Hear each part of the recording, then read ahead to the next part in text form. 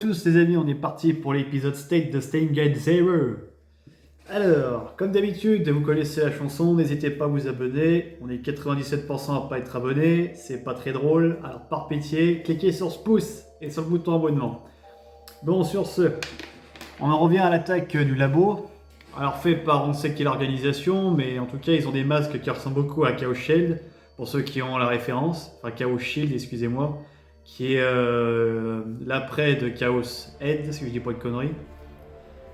C'est un peu dans le même univers que Steins Gate, mais c'est un peu différent.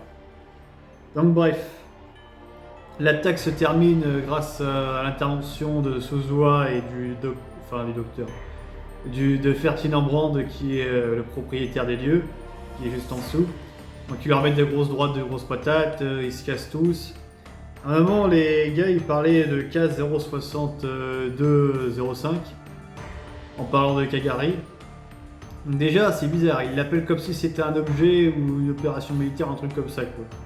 Donc ça renforce encore nos soupçons, comme quoi que... Enfin, c'est même pas que ça renforce nos soupçons, c'est que là, du coup, les gens la cherchent vraiment, et ils savent d'une manière ou d'une autre qu'elle vient du futur, parce que qu'est-ce qu'il y aurait de particulier chez elle, hormis ça.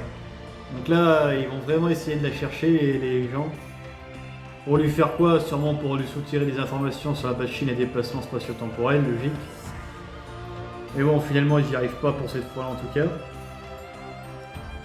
Donc, suite à ça, Okabe, Suzua déjà va sécuriser un peu plus l'endroit de Lukako et va être son garde du corps pendant un temps.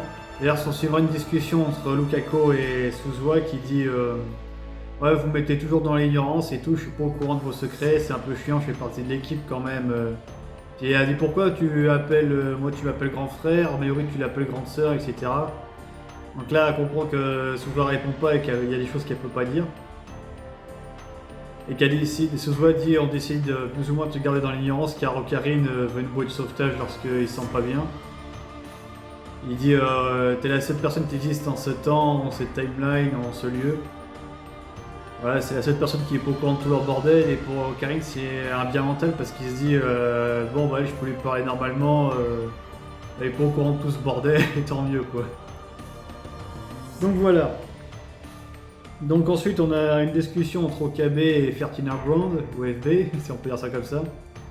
Donc justement là Okabe a bien préparé la discussion en amont. Et lui dit ouais je sais que tu travailles pour le CERN, tu t'appelles FB, que le CERN tient à ses secrets, machin etc. Donc il est choqué un peu de tout, FB, mais il dit bon bah je vais forcément, même si c'est dingue, je vais finir par te croire car il n'y a que comme ça que tu as pu apprendre tout ce que je suis en fait. Il dit voilà, tant que tu diras rien, tout ira bien, mais il dit je suppose que tu es venu en toute connaissance de cause et que tu ne sors pas ça comme ça d'un coup.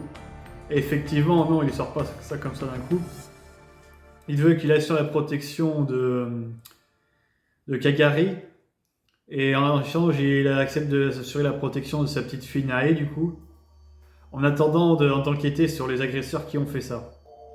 Donc au début, il est un peu réticent, après ça fait que j'ai eu un peu peur, et après il finit finalement par accepter. Je crois que c'est là d'ailleurs qu'il va essayer d'embaucher Kagari et Suzua pour, d'une part, que ce soit un peu ses gardes du corps, et d'autre part, pour faire plus de monde, voilà. Donc voilà, ensuite...